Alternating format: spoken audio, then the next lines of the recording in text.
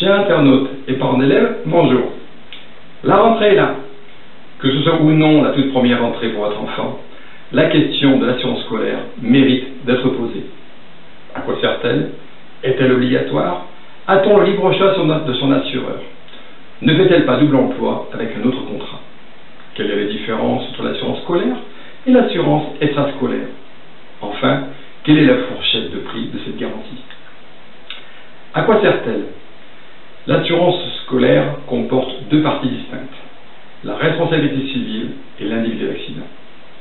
La responsabilité civile va couvrir les dommages que votre enfant peut causer aux autres enfants, tandis que l'individu d'accident va couvrir les dommages que votre enfant va se faire tout seul et en cas d'impossibilité de recours contre un tiers. Est-elle obligatoire? Sur un plan strictement légal, seule la responsabilité civile est obligatoire et le site de l'éducation nationale le précise bien. Cependant, dès lors que votre enfant participera à des activités facultatives en dehors de l'établissement scolaire, comme un séjour linguistique à l'étranger ou une visite de musée, la garantie individuelle accident devient obligatoire. La présentation de cette obligation globale par les professeurs de votre enfant reste donc correcte. A-t-on le libre choix de son assureur?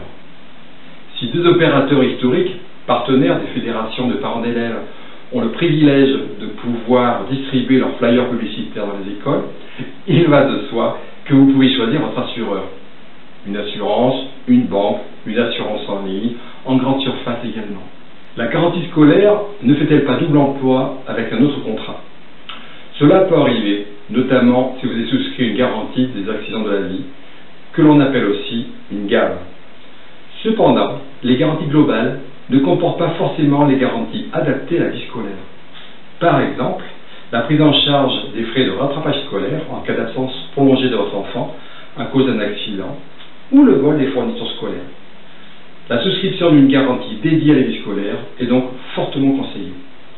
À noter qu'en cas d'accident, les indemnités peuvent se cumuler. Le choix entre l'assurance scolaire seule ou l'assurance extrascolaire complète. Si une formule couvrant le seul temps scolaire ainsi que le temps du trajet pour se rendre à l'école est suffisant pour ce qui est exigé par l'établissement scolaire, la réalité de l'exposition au risque d'accident est permanente avec les mêmes conséquences financières en cas d'accident.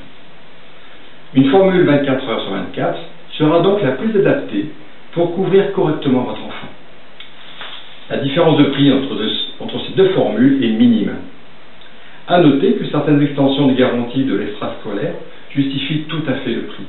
Par exemple, la couverture des dommages à un instrument de musique. Qu'en est-il du prix enfin?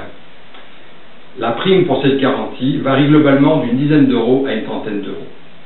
Certains contrats scolaires sont couplés au contrat multi-risque habitation pour éviter le doublon sur la garantie responsabilité civile et permettent alors d'avoir autant de garanties pour un prix moindre.